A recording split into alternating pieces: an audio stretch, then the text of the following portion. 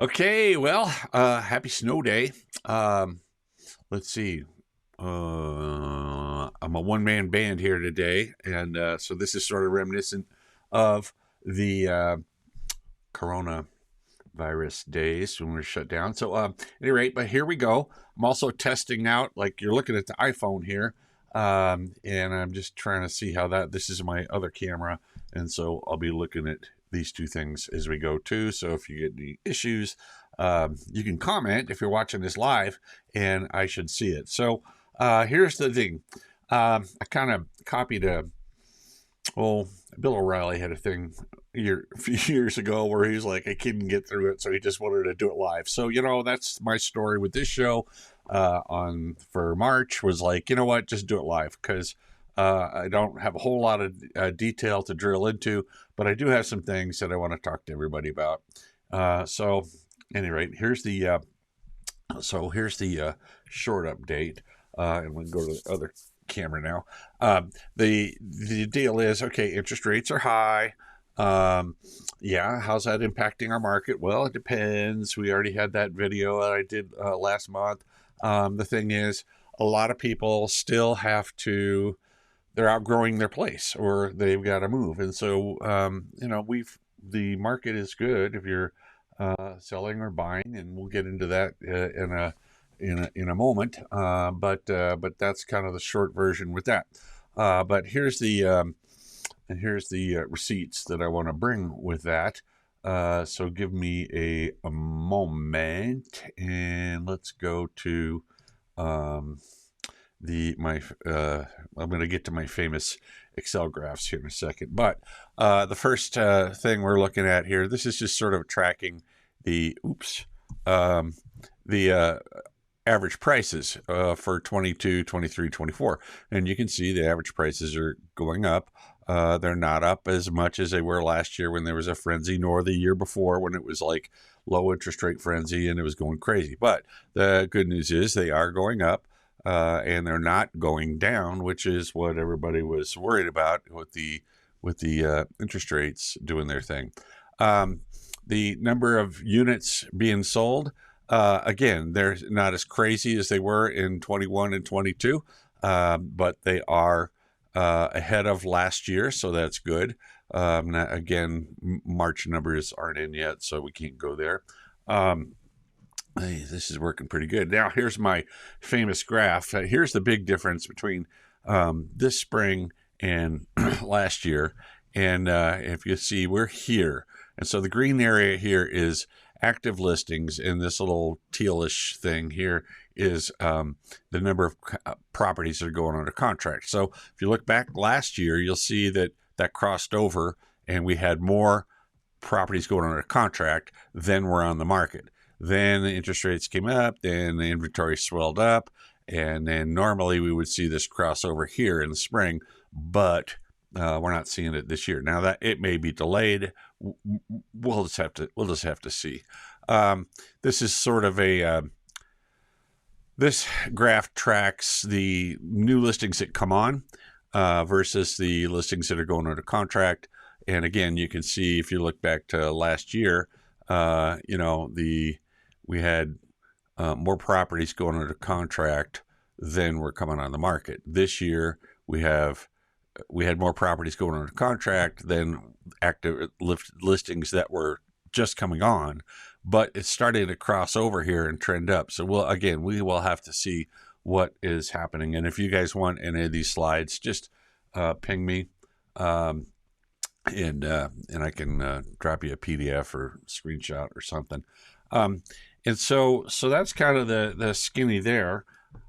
This is the bigger version that I already screenshotted and showed you anyway. But yeah, so see, these little crossovers here are what we kind of look at.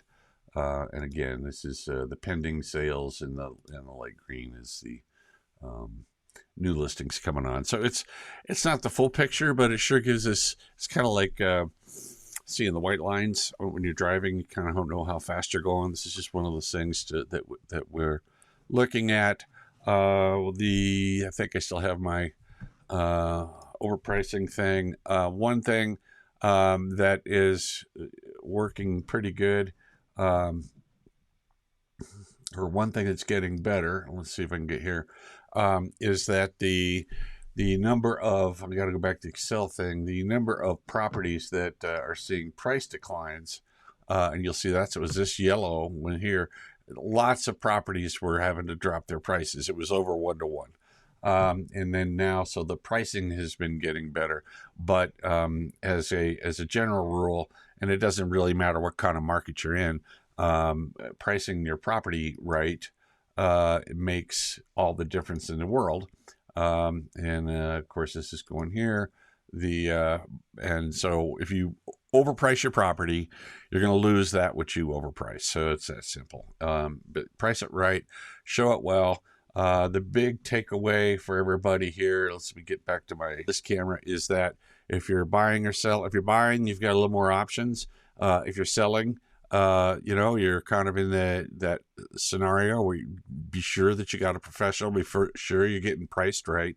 The sellers don't have the luxuries that they had back in the housing frenzy. It's like, okay, expect that you're going to have to fix things, and if your furnace needs to be replaced, it's probably going to get asked to be replaced and that kind of stuff. So we're kind of getting back to a balanced market.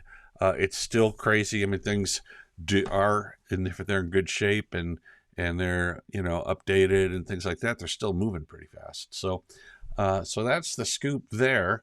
The idea is that the days of a seller being able to put an outhouse out on the market for $2 million. I'm joking, right? But those days are behind us. So we're getting kind of back to a balanced market. Interest rates, they are predicting that interest rates are going to be coming down in the summer. Don't have any reason why for anybody, but that's what I'm hearing. And so the thing is, that's why you're seeing, again, I think I said this in the last video, you're seeing a lot of agents are saying, well, probably need to get in now and refinance later, because if interest rates get artificially low again, so then you're back to having to overbid and do all that stuff, and we're back in crazy market land. And so if you are in one of those situations where your house isn't fitting anymore, take a look at give me a call and we'll see what we can do. So anyway, just for anybody who's interested, this is the iPhone that I'm looking at that's connecting, and this is my DSLR for anybody that's interested in seeing what that is. And if you want to see something really bad, you can see the old display graphic, which take the time to show. What the heck? Since we're here, because I'll just cut this out later. But let's go to. I'm going to go to the bad. So that's the old display. So if you want to see what these cameras are doing these days, these newer cameras are really doing some good stuff. There's the so anyway, enough of that. Let's get everybody back to their day. Stay safe, stay warm. I don't know if you can, let me see if I can see this here, but we get to our patio and see what we have. I should have thought of this before, but of course I didn't.